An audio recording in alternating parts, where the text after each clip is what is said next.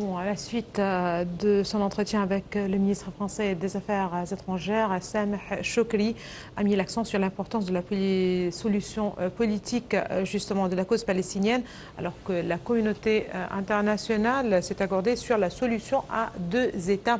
À présent, nous avons le plaisir d'avoir avec nous en ligne, en direct, Monsieur l'ambassadeur Medhat El-Milli, ancien ministre adjoint aux Affaires étrangères. Bonsoir, Monsieur l'ambassadeur. Bonsoir à vous.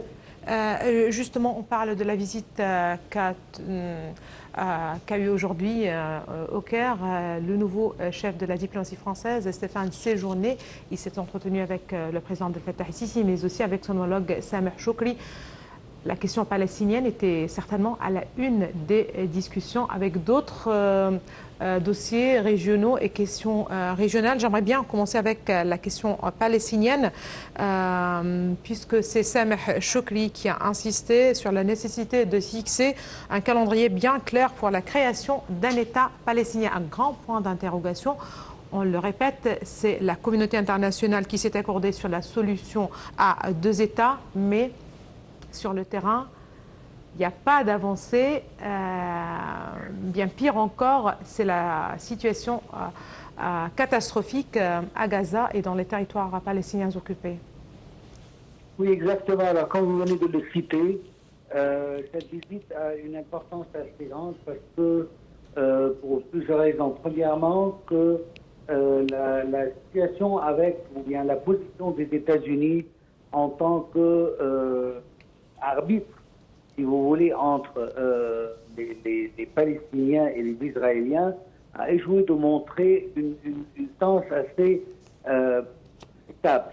Parce que d'un côté, les Américains ont un soutien inconditionnel pour Israël, et d'autre côté, ils ont même arrêté à plusieurs reprises le Conseil de sécurité de pouvoir prendre une décision pour le cessez-le-feu à un point où c'était les États-Unis tout seuls. Alors il était temps que nos amis européens interviennent pour une position plus équilibrée vis-à-vis de ce conflit et ce génocide même qui prend place sur les territoires palestiniens. Du coup, cette visite du ministre français des Affaires étrangères marque une certaine importance, étant donné que c'est sa première visite pour la région, pour voir les choses un peu plus de près. Comme vous savez, c'est au sein d'un tour qui va passer par plusieurs pays, dans la Jordanie, Israël et le territoire palestinien occupé, pour pouvoir donner une vue nouvelle à l'Europe vis-à-vis ce conflit qui dure déjà, ça fait plus de 100 jours, on est déjà bientôt le 4e mois de ce génocide, de ces crimes de guerre israélienne contre le peuple palestinien, et les Européens sont en train d'intervenir maintenant, ce qui je trouve un point assez positif. Ils se basent sur l'initiative égyptienne avec l'aide de nos amis des Qataris, mais le plus important c'est de voir la position égyptienne et l'initiative égyptienne qui se base sur deux côtés. Le premier c'est le cessez-le-feu immédiat pour pouvoir faire entrer l'assistance humanitaire et médicale au peuple palestinien. Et deuxièmement, et le plus important, c'est une vue stratégique de la fin du conflit en sa totalité avec un établissement d'un État palestinien côte à côte de l'État d'Israël. Jusqu'à maintenant, on a vu des signes assez positifs de la part des Palestiniens, mais malheureusement de la part d'Israël, jusqu'à ce moment-là, les signes sont très négatifs en ce qui concerne que ce soit un cessez-le-feu ou que ce soit la notion d'établir un État palestinien qui est très loin des pensées du gouvernement israélien actuel, ce qui donne un désespoir davantage aux Palestiniens de pouvoir établir leur propre État, comme le cite déjà plusieurs résolutions des Nations Unies et notamment du Conseil de sécurité. On espère qu'à cette visite, on aura un élan fort pour qu'on puisse convaincre les Israéliens de se plier au droit international, notamment après le verdict si je peux dire le mot verdict, de la Cour internationale de justice, qui, à un certain degré, voit qu'il y a une grande possibilité qu'il y a un crime de guerre, un génocide qui prend place en Palestine. Et du coup, il est vraiment très important que les Israéliens comprennent qu'il faut voir exactement les 6 demandes de la Cour internationale de justice et de commencer à les implémenter. Jusqu'à maintenant, on n'a pas trouvé de signes positifs. Je le répète parce que c'est très important, parce qu'Israël est le joueur le plus important dans tout ce qui se passe dans la région. On a reçu plusieurs visites avant cela, que ce soit des États-Unis ou même d'autres partenaires européens, mais tout cela n'a changé en aucun doute la position israélienne qui continue à bombarder et à commettre le génocide à Gaza. Espérons que cette fois, ça sera différent et que la France, appuyée par l'OTAN d'un côté et la communauté, l'Union européenne, pourront exercer une certaine pression sur Israël pour commencer à se plier au droit international. Très bien. Vous avez bien évoqué le soutien inconditionnel des États-Unis à Israël. Vous avez aussi rappelé qu'avec le gouvernement israélien actuel, il n'y a pas de solution claire à laquelle on pourrait s'attendre dans l'avenir proche. Ceci s'ajoute certainement aux efforts internationaux, surtout aux efforts de pays comme l'Égypte, justement, pour essayer de trouver une certaine trêve, une certaine solution.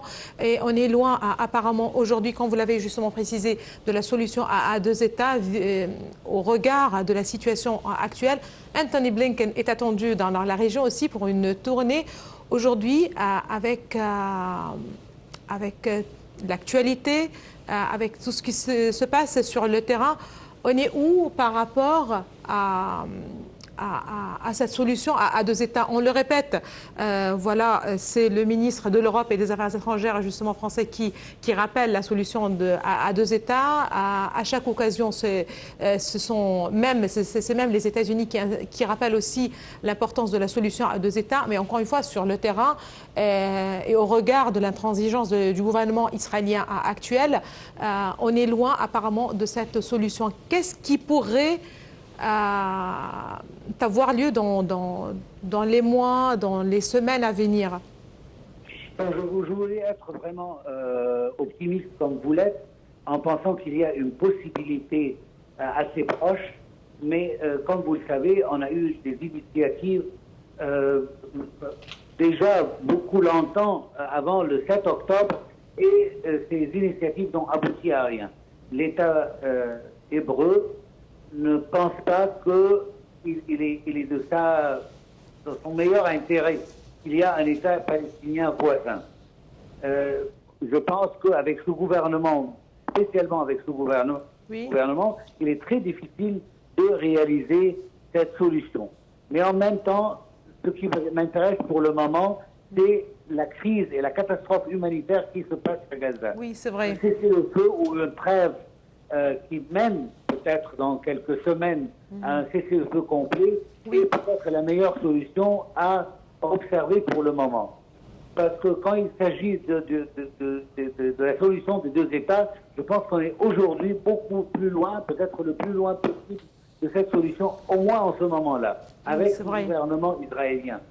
Mais je pense que si on peut arriver à cette trêve continue pour un certain moment, si on parle de 1 mois ou 45 jours, comme on l'a déjà entendu, alors ça serait possible de continuer avec un cessez-le-feu, et du coup, après cela, on pourra parler de reprendre les négociations pour établir un État palestinien.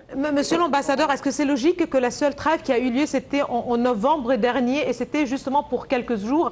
Est-ce que c'est possible que la communauté internationale n'est pas dans la capacité justement d'exercer une certaine pression, au moins pour une trêve, comme vous le précisez, comme vous le mentionnez à présent? La capacité, c'est une chose, et la volonté, c'est autre chose. Ah d'accord, c'est vrai. Je parle si vous parlez de la capacité, non. La communauté internationale a la capacité de le faire. Mais est-ce que cette communauté internationale Ça, a la c'est un volonté mot-clé.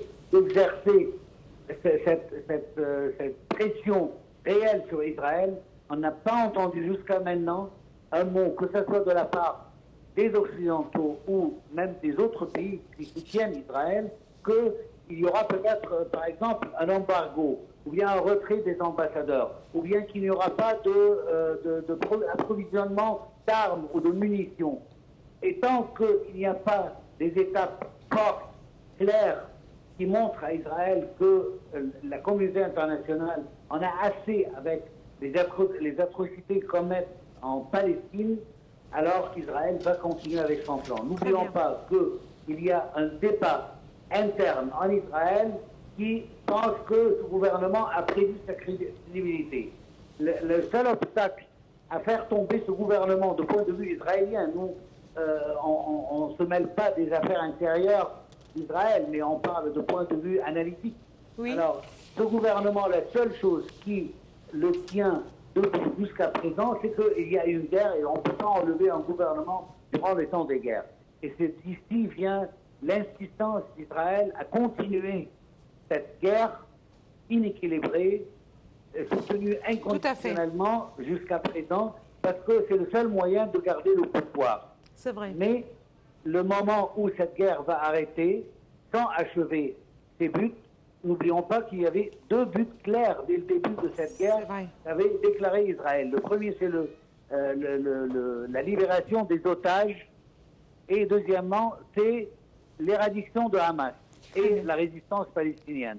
Et jusqu'à maintenant, selon ce qu'on a vu jusqu'à présent, aucun de ces deux buts n'a été réalisé. Du coup, ce gouvernement est déjà tombé. Mais on ne peut pas l'enlever tant qu'il y a une guerre. Et d'ici vient l'insistance, encore une fois, de ce gouvernement à impliquer même d'autres pays. C'est pour ça qu'on voit qu'il y a des attaques aussi sur le Liban, sur la Syrie. Justement pour une dernière petite précision, mais vite fait, si vous me le permettez, monsieur l'ambassadeur, c'est Sameh Choukri qui, aujourd'hui, qui a mis en garde contre l'élargissement du conflit dans la région au moment où le trafic maritime dans la mer Rouge est devenu menacé, comme justement vous le précisez en ce moment. Et voilà, au-delà de la situation catastrophique à Gaza, au-delà de la question palestinienne et de justement, et à quel point la situation humanitaire est catastrophique, voilà, il y a aussi, au-delà de ceci, voilà, c'est la région. Israël essaye à tout prix d'ajouter de nouveaux joueurs, notamment les États-Unis et l'OTAN, pour que sa guerre devienne une guerre mondiale. Monsieur l'ambassadeur, c'est avec cette raison seulement qu'elle peut continuer. Monsieur l'ambassadeur Medhat El-Mellighi, vous êtes ancien ministre adjoint aux Affaires étrangères. Merci beaucoup de vos précisions. Et là, justement, j'aimerais bien rappeler, puisqu'on parle de ce point, que tous les pays devraient éviter certainement une escalade, selon Joseph Borrell, après les frappes justement de représailles des États-Unis en Irak et en Syrie contre des groupes pro-Iran. Le chef de la diplomatie européenne, Joseph Borrell, prévient qu'une étincelle peut provoquer un incident encore plus sérieux. Je vous laisse avec ce commentaire et c'est justement qu'avec ce commentaire nous allons parvenir à la fin de cette édition de Direct. J'ai saisi l'occasion pour vous remercier de nous avoir suivis et je vous dis, je vous donne rendez-vous la semaine prochaine. Mais je vous laisse à présent avec ce commentaire.